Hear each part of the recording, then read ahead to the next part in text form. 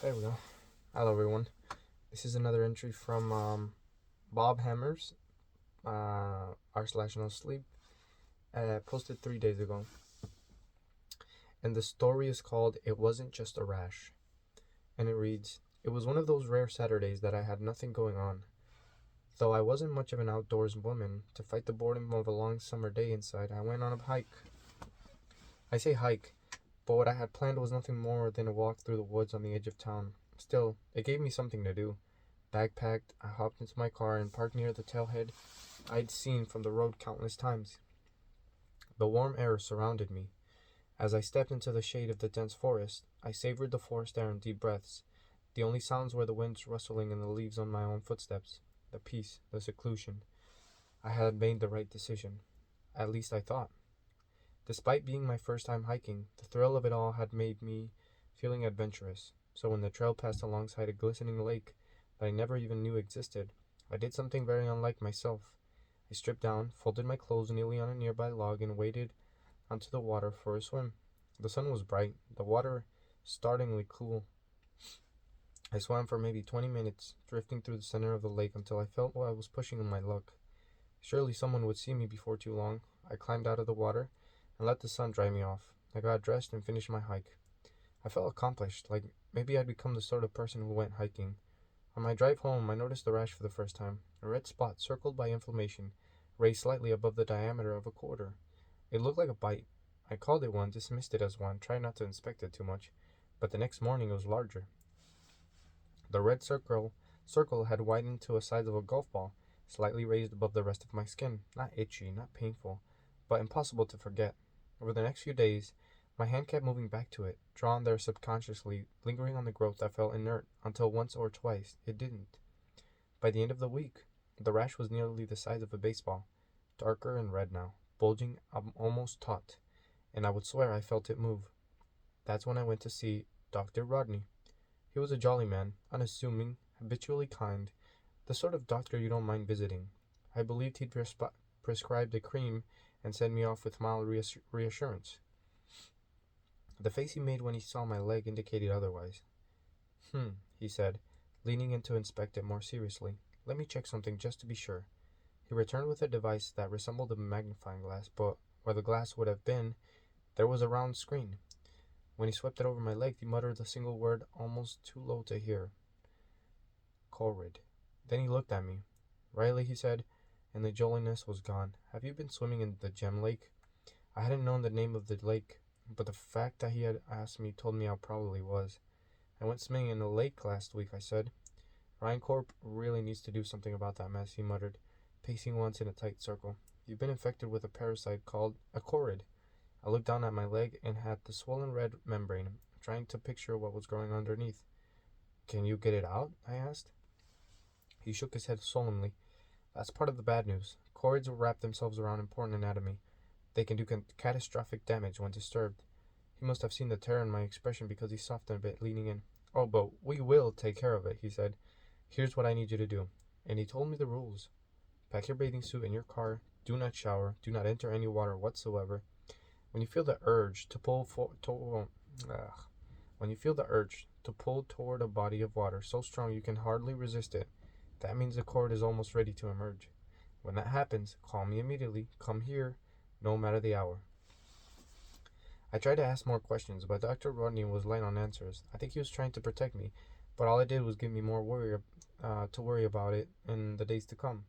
I tried looking up cords on the internet, but the search came up dry. Whatever was inside me, it wasn't common. As if I could, I tried my best to live as normal in the days to come, but I spent an inordinate amount of time staring at the lump on my leg, which was taking on more revolting properties by the day. Besides continuing to grow and moving much more regularly, I could see a black mass pass across the surface of the lump every so often. It took everything within me not to cut the thing out myself, almost anything that would be better than remaining a home to this mysterious and revolting creature. Though the days dragged, my Monday afternoon I felt what Dr. Roney said I would, the urge to get into a body of water. It came on subtly at first, but as soon as I detected it, I got into my bathing suit, hopped into the car, and sped over to Dr. Rodney's office. But by the time I pulled into the parking lot, the urge was so severe that I almost plunged myself into the fountain in front of the building. I didn't even stop to think twice about how strange I must have looked heading into the doctor's office in my bathing suit. Dr. Rodney was waiting for me in the lobby, and he led me back into a room. There in the center of the white-tiled exam room was a large metal bathtub already filled with water. "Get in," he said. I didn't need the instruction. I don't think I could have lasted another moment outside the tub. The draw was so strong, I had never felt anything like it in my life. "What do I do now?" I asked Dr. Rodney, but only in time to see the door slam behind him. My heart skipped a beat. "Hello?" I shouted. But a small slot in the door opened and Dr. Rodney's face appeared on the other side. "I'm sorry, Riley," he said, "but there are certain liabilities that prevent me from being in the room with you. Contamination risks and other dangers. But I'll be right here walking you through every step."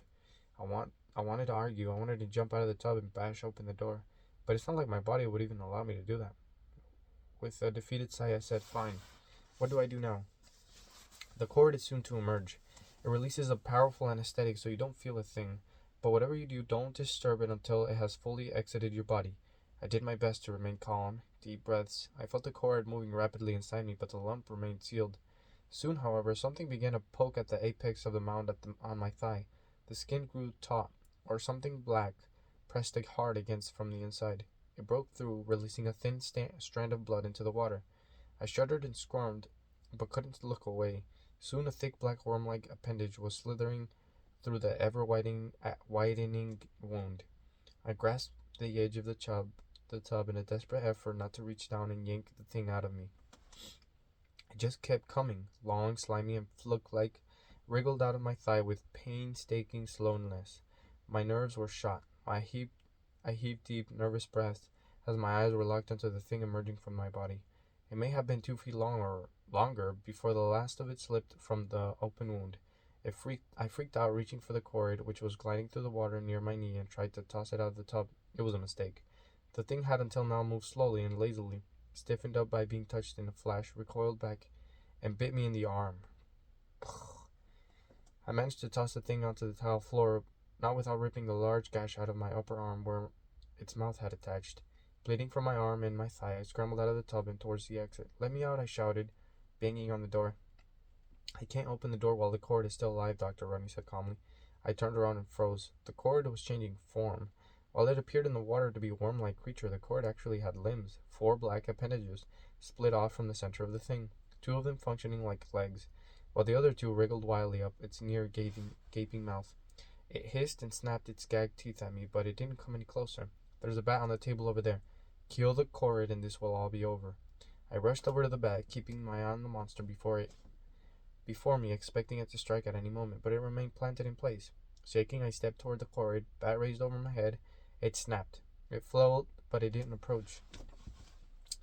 Just as it was near enough to take a swing, it pounced far faster than I could have expected. My swing missed, and it latched itself onto my calf. Pain shot through my leg as I tried to shake it off with a kick, but it held on. I struck it wildly with a bat, hitting myself as often as I hit it. But eventually something worked, and the cord released. That's when, with as much strength as I could muster, I brought the bat down squarely on the awful thing. It shrieked and feebly tried to writhe away, but my next strike fell, and then another. Greenish goo splattered from the cord as I bashed the motionless heap in a terrified frenzy. Finally shaking out and out of breath, I dropped the bat and burst into sobs. Dr. Rodney was by my side shortly after. "I'm sorry I had to surprise you like that. I didn't want you to worry too much beforehand, but you did a great job," I responded, but I doubt it was decipherable through my hysteria. "Let's get patched up," he said. 15 stitches later, I walked out of Dr. Rodney's office on my way home, and while I'm happy to be cord-free, my mind still goes back to the lake. Every once in a while, the urge rises in me to go back for another swim. The end. Whoa. Alright, that was pretty good, I'm not gonna lie. The cord. I wonder what would have happened if it would have like been in like her stomach or her brain, like would she have turned into like a zombie, or would have controlled her body or something? Yeah, pretty good story. Hold on for tomorrow's story. Like, subscribe, turn on your notifications if you want. If not, that's okay. And that's the end. Have a good night.